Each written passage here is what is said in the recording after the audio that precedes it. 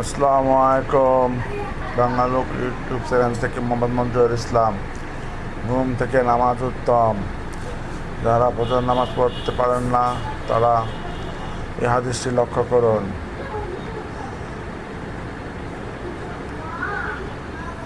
ফজরের নামাজ আর এশার নামাজ মুনাফিকরা পড়তে পারে না। অতএব আপনি যদি ইমানদার হয়ে থাকেন, ফজরের নামাজ জামাতে পড়তে আগ্রহী হন।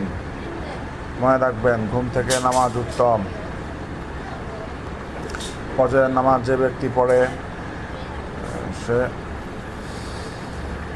যে ব্যক্তি ফজরের নামাজ জামাতের সহিত এশার নামাজও জামাত সহিত পড়ে, সে সারা দেবত করার সওয়াব পায়। অতএব আমরা এশার নামাজ জামাতে এবং ফজর নামাজ জামাতে পড়ার জন্য আগ্রহী হই।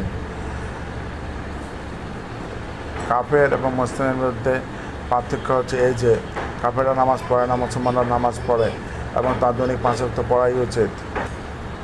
যারা নিজেকে উম্মতে মুহাম্মদ দাবি করেন, হযরত মুহাম্মদ সাল্লাল্লাহু আলাইহি ওয়াসাল্লামকে ভালোবাসেন, তারা অবশ্যই 5 ওয়াক্ত নামাজ পড়বেন এবং জামাতে পড়ার সাথে পড়ার চেষ্টা করবেন।